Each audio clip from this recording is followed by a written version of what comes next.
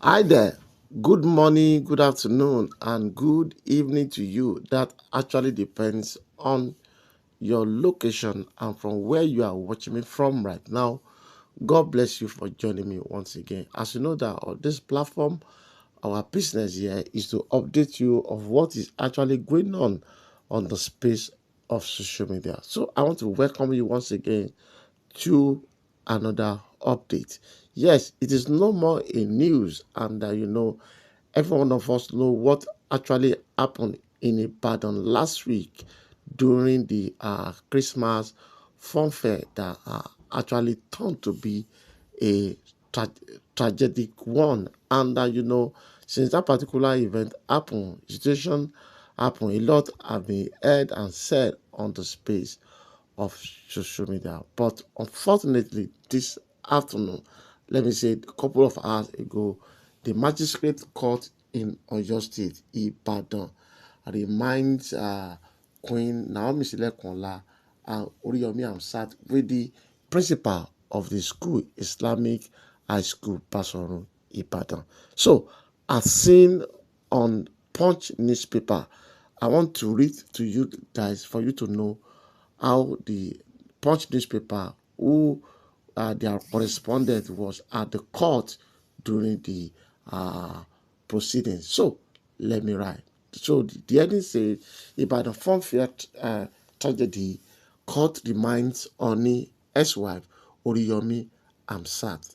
Now I read: a chief magistrate court sitting in Iyaganku, Ibadan, on Tuesday ordered the remand of the former wife of Oni of Ife, Naomi Silekunla, the chief executive officer of Agidigbo FM Oriyomi Amsat, and the principal of Islamic High School Abdullahi Fasasi at the Agodi Correctional Center. The remind order followed their arraignment in connection with the last week tragic stampede at a Christmas fun fair held at Islamic High School, Basoro, Ibadan, which claimed the lives of 35 children and left 6 others injured. The court the court presided over by Chief Magistrate Olabisi Ogunkanmi issued the order after the suspects were brought to the court amid heavy security. The defendants are facing a 4-count charge. According to the police prosecutor, the offenses contravene Section 324 of the Criminal Code Cap 38 Volume 2 Laws of Oyo State 2000. The prosecution alleged that the trial played a role in the event leading to the stampede that turned the Christmas celebration into tragedy. Chief Magistrate Ogunkanmi directed that the defendant be remanded at the Agodi Correctional Center pending legal advice from the Oyo State Director of Public Prosecutions. The court proceedings, which drew significant public attention, saw law enforcement officers heavily guiding the suspects as they were escorted to and from the court premises. So that is what the Punch newspaper wrote today after the proceedings at the court in Ibadan. And this particular news is currently attracting a lot of uh, controversies on the space of social media right now because people are of the opinion that these two people, especially Oriyomi Amsat and Queen Naomi Silekunla, that their good deeds, their good affection for people has turned to another thing for them. And now they are in trouble. They are in the hands of the law of the country. What next? What should you be expecting? Though that is what the Punch wrote today after the proceedings in the court. Yes, thank you, guys.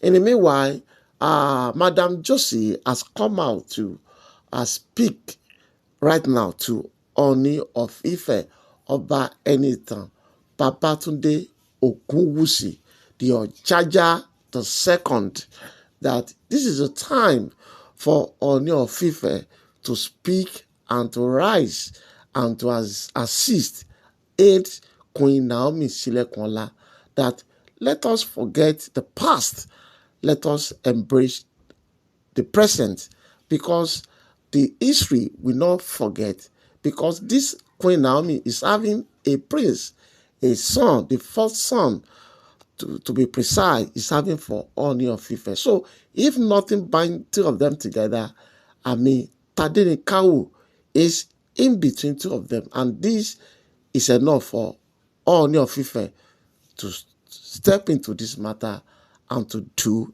its best. Now, what are those things that Madam Josie said in this particular chat?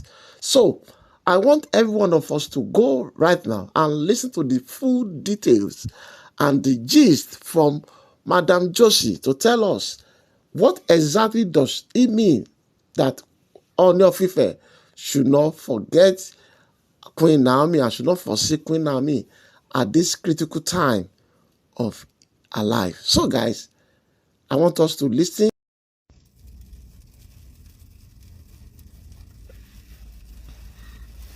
Good morning to everybody. Good morning wherever you are watching this show. How you all doing? Ṣàlàáfíà lẹ wà. Ẹ káàárọ̀ níbi tẹ́ bá ti ń wo fídíò yìí, ẹ káàsán, ẹ dẹ̀ káalẹ́. Ẹ jọ̀ọ́ mo fẹ́ sáré sọ̀rọ̀, mo fẹ́ bá bàbá wa Ọba Adéyẹyè Ẹniìtàn Ògúnwùsì. Bá wọn sọ just bí gbólóhùn kan ni lórí ọ̀rọ̀ olórí Naomi.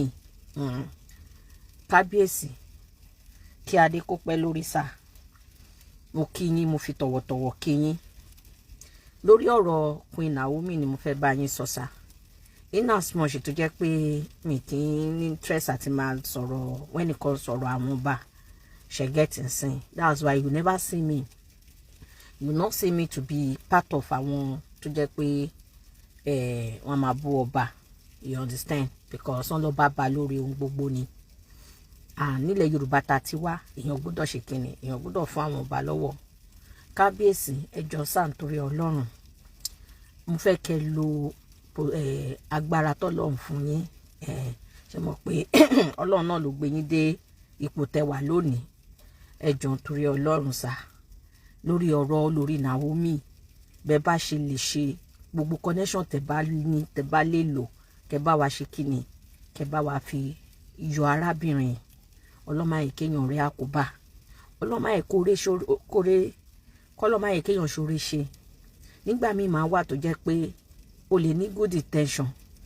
Nígbà míì máa wà tó jẹ́ wípé ẹlòmíì aṣoore orí adìbímọ lọ́wọ́. Are you getting me? So kábíyèsí, ẹ jọ̀ọ́. Mẹ́fà ti wípé gbogbo gbà tẹ̀yìn ọmọbìnrin tẹ́jọ́jọ́ rìnrìn àjò, nígbà tẹ́jọ́ fẹ́ra tẹ́jọ́jọ́ rìnrìn àjò yín. Nígbà yẹn kó tó di pó kúrò láàfin, ó bímọ fún yín. Olúwa ṣe ọmọ tó wá jẹ́ ọkùnrin. Ṣe get insane. Ẹ jọ̀ọ́ torí Ọlọ́run sà, mo fi tọ̀wọ̀tọ̀wọ̀ kábíyèsí o. Ẹ jọ̀ọ́ ẹ bá wa release. Ẹ mọ̀ àwọn ní Nàìjíríà, ẹ mọ̀ pé gbogbo when you have connection, gbogbo ìyà tó bá yẹ kẹ́lòmíì jẹ, ó máa skip through. Because ó bá ti mọ àwọn èèyàn top people, she understand. And ever since lady yìí tó ti kúrò láàfin, kò wá sórí social media láti wá máa rojọ́ gbogbo nǹkan tó ṣẹlẹ̀ láàfin àbí gbogbo nǹkan tójú ẹ̀ bá rí, kó wá máa sọ, kó máa tà yín síta.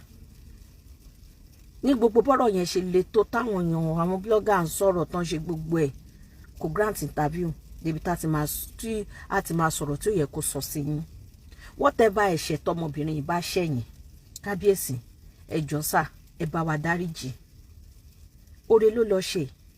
Èèyàn kúrò ní state tó wà, ó lóun fẹ́ lọ sí Pétò, Ìbàdàn ló kọ̀ ní this time around, ó lóun fẹ́ lọ pín oúnjẹ níbẹ̀. with a good intention ni. In tó ṣẹlẹ̀ ẹ̀yin náà mọ̀ bí Nàìjíríà ṣe rí. Ní after ti Naomi ṣẹlẹ̀ yẹn, a day after, ẹ mọ̀ the same thing náà ló ṣẹlẹ̀ ní Abuja. Tó jẹ́ pé àwọn èèyàn wọ́n pín oúnjẹ, wọ́n ṣe gbogbo ẹ̀. Báwọn èèyàn ṣe kú náà níbẹ̀ nìyẹn. Àwọn tí Abuja tó ṣẹlẹ̀ ń sìn kò máa síbi tán ti sọ pé àwọn tó wà in charge nǹkan pínpín yẹn ọ̀kan lọ tì wọ́n mọ́lé. Tí Anambra ṣẹlẹ̀ kò sí pé àwọn ọmọ Ìgbò wọ́n ṣe kíni wọ́n lọ ń gbéra wọn mọ́lé àbí pé kíní kan. Kábíyèsí ẹ jọ̀ọ́ sà, ẹ jọ̀ọ́ nítorí Ọlọ́run, ẹ wo ọlá pé ọmọbìnrin ó bímọ, ó bí ọkùnrin fún yín, ó ṣe abiyamọ ní nígbà tó wà nínú ààfin yẹn. Ẹ jọ̀ọ́ nítorí Ọlọ́run, ẹ bá wa yọ nínú wàhálà tó wà yìí, ẹ bá wa yọ. Ẹ jọ̀ọ́ whatever tó bá ti ṣẹ̀yìn, tó nǹkan bá jáde, àwa sí ààfin, àwa bẹ̀bẹ̀, àwa tọrọ ìdáríjì kẹdáríjì òun.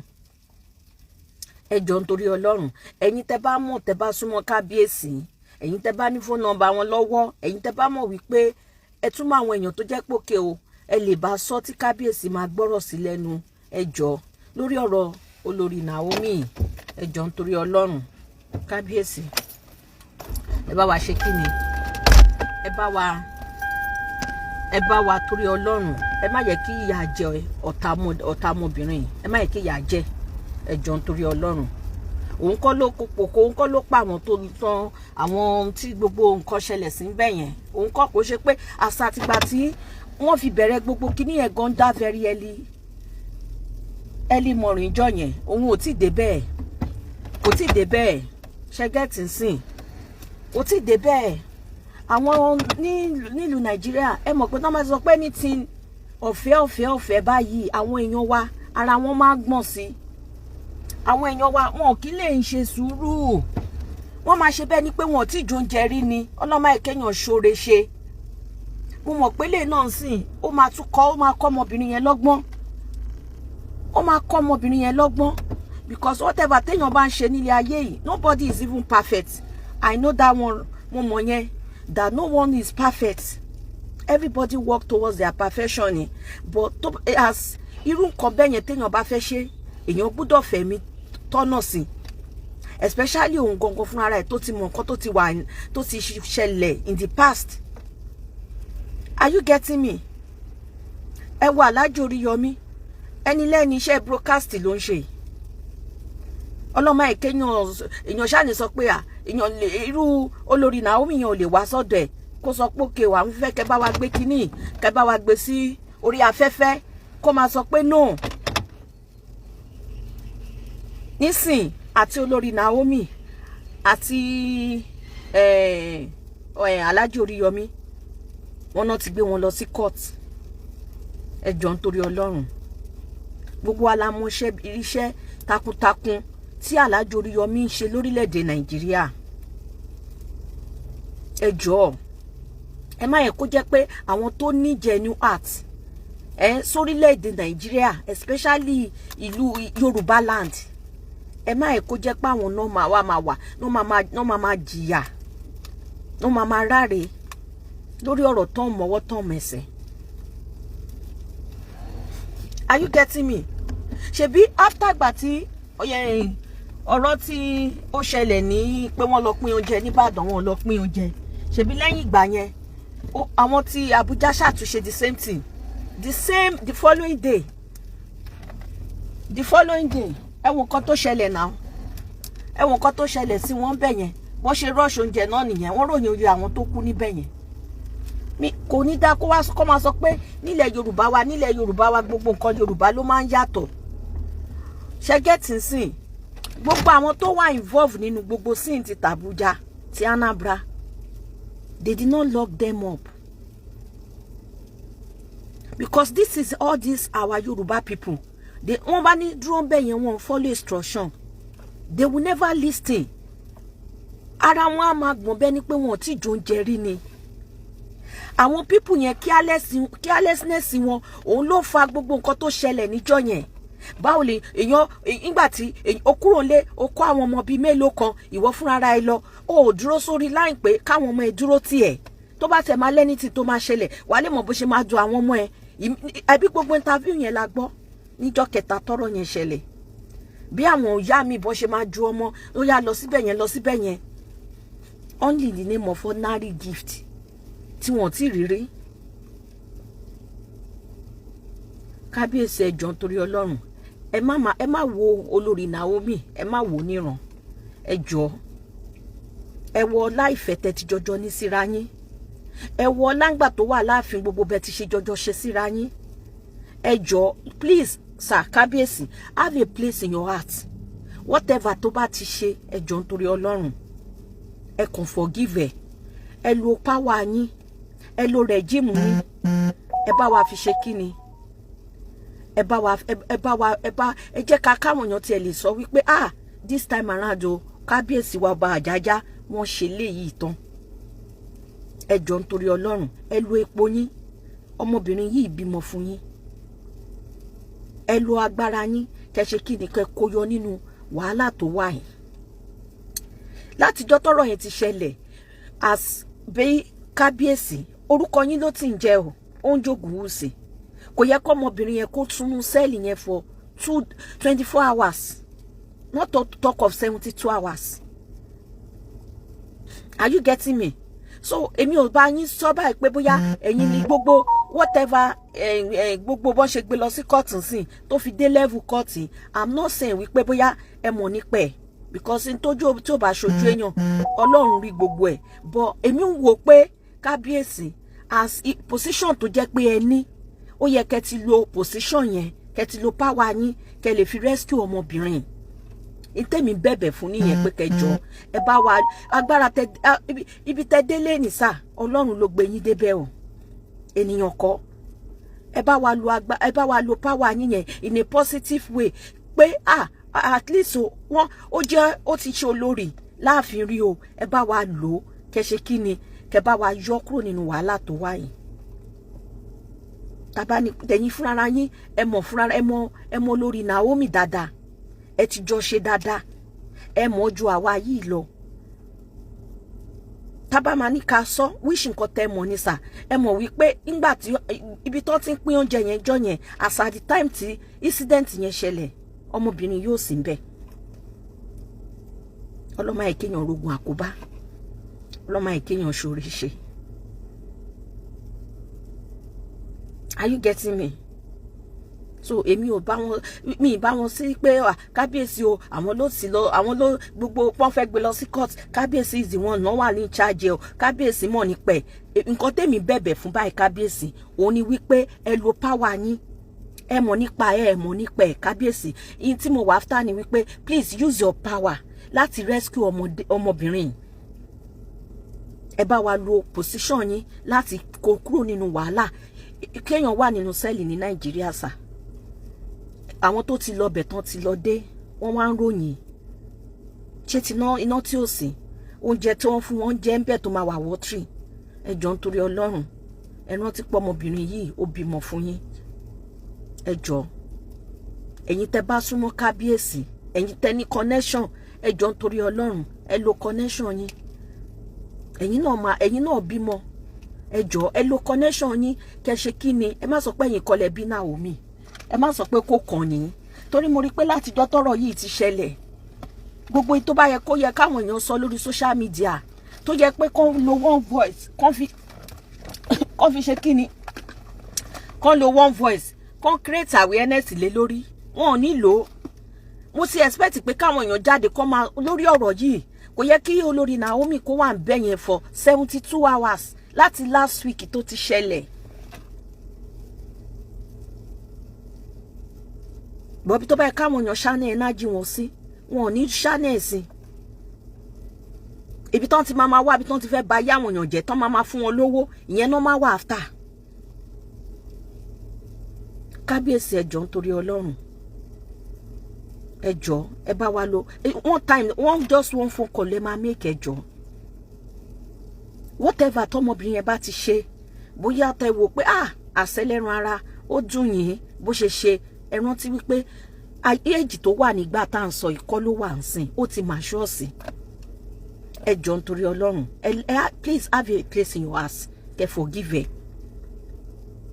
ẹ bá wa yọ, ẹ̀yin kábíyèsí ẹ lo agbára yín kẹ́ bá wa yọ nínú páńpẹ́ tó wà yìí. Ẹ bá wa yọ ẹjọ́ nítorí Ọlọ́run. Because ká ní pé ìjọ títí sí tó ṣẹlẹ̀ tí ẹni school bíi tí olórí Naomi náà ti fẹ́ pín ní gift fáwọn ọmọ, ká ní pé ilé tó ṣẹlẹ̀ l'Abuja tó ṣẹlẹ̀ l'Anambra ká ní kò ṣẹlẹ̀ ni a máa bọ lẹ́yìn ọjọ́ kejì the same nǹkan báwọn èèyàn ṣe para wọn níbi tó ti ń jà fún oúnjẹ nìyẹn. Wọ́n sọ iye èrò tó kú ní Anambra, wọ́n sọ iye èrò tó kú ní Abuja. For you to know wípé carelessness àwọn èèyàn, greediness wọn ló tì wọ́n, ló máa tì wọ́n kó ṣàfẹ́ gba gbogbo nǹkan. Ẹlòmíì ganjọ́ yẹn gan kó ṣe kíní ẹ̀ kó wá successful, ó máa lẹ́yìn ìgbà tó bá ti gbà tán á tún ní kọ́mọ ẹ lọ tó again kó tún lọ gbà, òun náà á tún bọ́ sí another line á tún lọ gbà. That is àwọn Yorùbá for you. Are you getting me? So kábíyèsí ẹjọ́ nítorí Ọlọ́run, after ti sí nìyẹn tí olórí Naomi yẹn tó ṣẹlẹ̀, sí oríṣiríṣi ti ṣẹlẹ̀ tó dẹ̀ pé the same àwọn náà ń ṣe giveaway náà ni. Wọ́n ṣe pé Christmas gift o, àwọn fẹ́ fáwọn èèyàn, àwọn fẹ́ ṣe gbogbo ẹ̀ o, wọ́n fẹ́ fúnyàn lóúnjẹ o, tó dẹ̀ pé ó ń bá àwọn ẹ̀mí àwọn èèyàn lọ.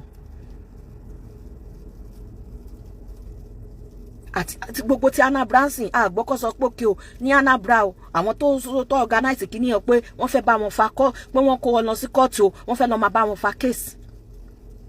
Ẹ dẹ̀ mọ̀ bí case Nàìjíríà ṣe rí. Kò ń ṣe nǹkan tó bá ti jẹ́ case tó ti jẹ́ pé ó ti lọ́wọ́ nínú, wọ́n ṣe máa fìyà jẹ nìyẹn, orí tí ó ṣẹ nìyẹn. So kábíyèsí ẹ pẹ́ lórí tẹ o bàbá, ẹ jọ̀ọ́ torí Ọlọ́run ẹ bá wa ṣe kíni, ẹ bá wa lo epo yín, ẹ jọ̀ọ́ torí Ọlọ́run. Wọ́n lọ bá lóhun gbogbo ni. Ẹ wo tọlọ́run mọ́ ọmọbìnrin lára, ẹ wo tọlọ́run mọ́ Queen Naomi lára, ẹ wo tọlọ́run mọ́ pé ó dẹ̀ bímọ ọkùnrin fún yín o, ẹ wò yẹn mọ́ lára kábíyèsí. Ẹ jọ̀ọ́ ẹ have a place in your heart, kẹ́ forgive whatever tó bá ti ṣe, bóyá gbogbo ìgbà tó kúrò láàfin tí ó yẹ kó kúrò ní ó wọ́ ti yín so bad. Ẹ jọ̀ọ́ nítorí Ọlọ́run kábíyèsí, have a place. Ẹ máa mú mọ̀ pé Christian yín, mo mọ̀ pé máa ń gbàdúrà dáadáa, mo mọ̀ pé mo ti rí so many occasions tẹ́tí lọ tó yẹ pé tọlọ́run lẹ máa fi ń ṣáájú.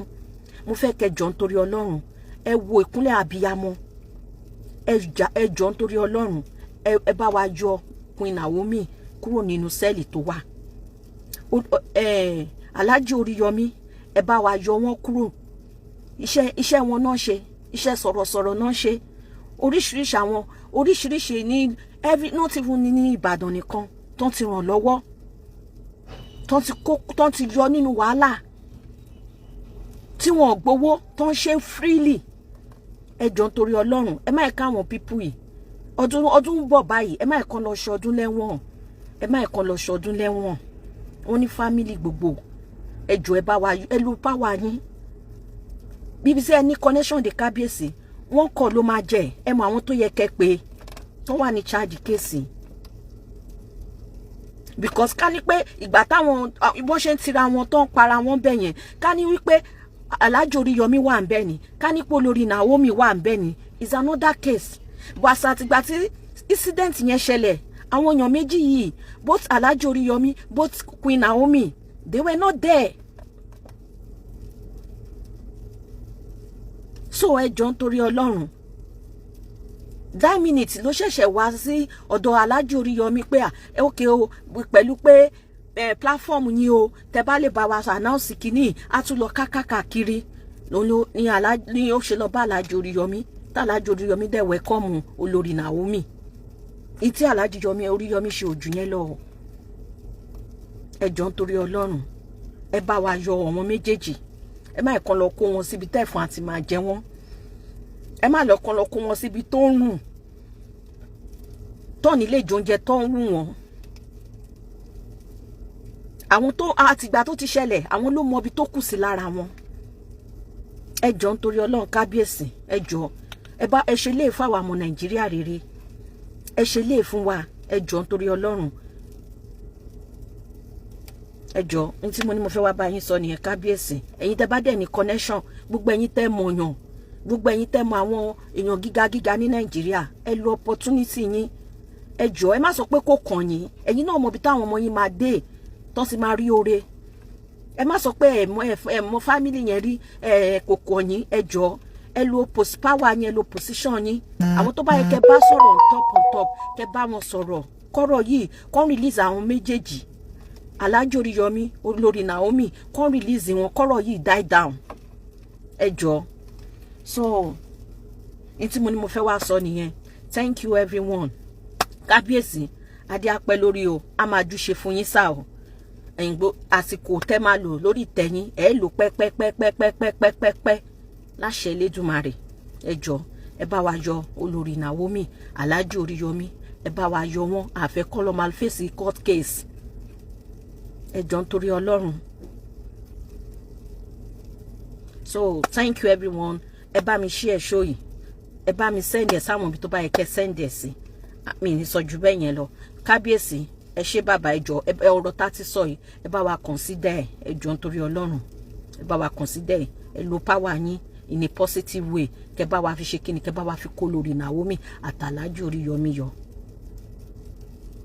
Oore ni wọ́n ṣe, ọlọ́mọ ẹ̀kọ́ rẹ̀ dìbì mọ́yàn lọ́wọ́. Ẹ ṣé.